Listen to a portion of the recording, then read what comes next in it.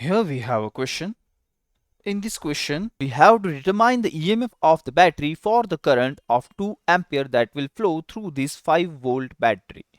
And also find the time duration taken by this 10 ohm resistance R1 to produce 60 joules of thermal energy. Here in this question, we have to find the value of E so that the current flow is 2 ampere. So first, we'll try to understand what's going to happen here. First, we'll find the equivalent resistance for this whole system. As we can see here, some of the resistance are in series and some of them are in parallel. For the resistance in series, we will use the formula R equivalent is equal to R1 plus R2, while if they are in parallel, we can use the formula 1 by R equivalent is equal to 1 by R1 plus 1 divided by R2. So let's move forward. So let's first calculate the equivalent resistance for this R1 and R2. We'll name it as R equivalent 1. So from here, we can find the value of R equivalent 1 as 10 plus 20. That comes out to be 30. Now we are going to find the equivalent resistance for this system. We'll name it as R equivalent 2. Where we can see this 30, this 60 and this 60 and this 30 ohm resistance all are in parallel. So as we add them, we can find the value of R equivalent as 10 ohms. Now we are going to find the equivalent resistance for this whole system, where we can add 10 plus 5 plus 5, that comes out to be 20 ohms. As we can see, we'll name it as R equivalent 3. Now as we can see here, we will apply the Kirchhoff's law. For that we must need loops. So we will redraw this diagram and we can see here in figure 5. Now we will apply the Kirchhoff's law, loop law, in this loop and as well as in this loop. In loop 1, as we know, the current to be flown is 2 ampere. So as we move in anti-clockwise direction in loop 1, we can write 5 volt plus EMF of the battery plus 15 into 2A minus I2, as we are moving in the direction of current, plus 20 into 2A, as you can see here.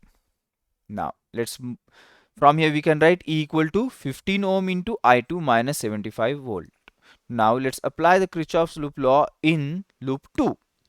Here as we move in anti-clockwise direction, we can see that minus E, as we are getting the first negative terminal, plus 20 into I2, as this is the equivalent resistance, that is of R7 is 20 and the current flowing through is I2 and we are moving in the direction of current, so it is positive, plus 15 into I2 minus 2A equal to 0. From here we can find the EMF, that comes out to be 35 ohm into I2 minus 30 volt.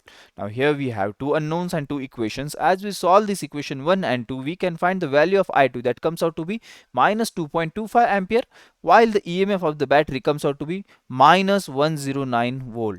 The EMF of the battery is negative value, so we can say that the polarity is reversed that we have considered earlier.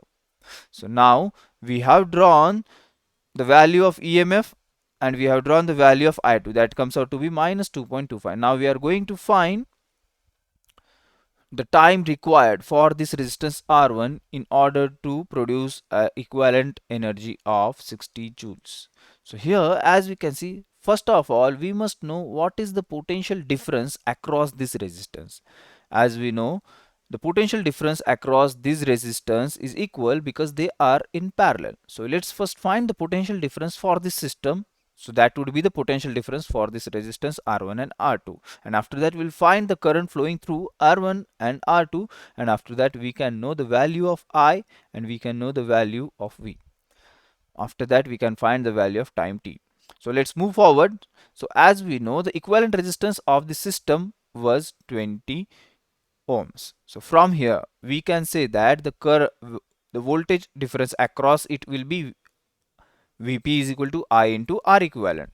So the current was of 2 ampere and the equivalent resistance was of 10 ohms. So from here we can say the voltage difference is 20 volt. So the value of potential difference is 20 volt. Now let's find the current flowing through them. As we know, This is the potential difference across this is 20 volt and the total resistance is 30 ohms. So from here we can find the current flowing IU, that comes out to be 2 by 3 ampere. Now we know the value of current, we know the value of voltage, and we know the value of resistance. So we can use the formula for power, that is I square R.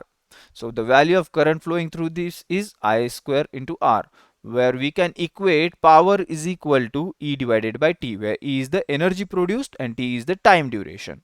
So as we know the value of E, we know the value of I and R, we can find the value of T. So from here we will rewrite the value of T, that comes out to be E divided by P. Now as we substitute the values of P as I square R and the value of E as 60 joules, and I will substitute the value of I as 2 by 3 ampere and the value of R is 10 ohms. So from here we can find the time duration, that is 13.5 seconds. Thus we have find the time duration T taken by this 10 ohm resistance R1 in order to produce a energy of 60 joules. Thank you.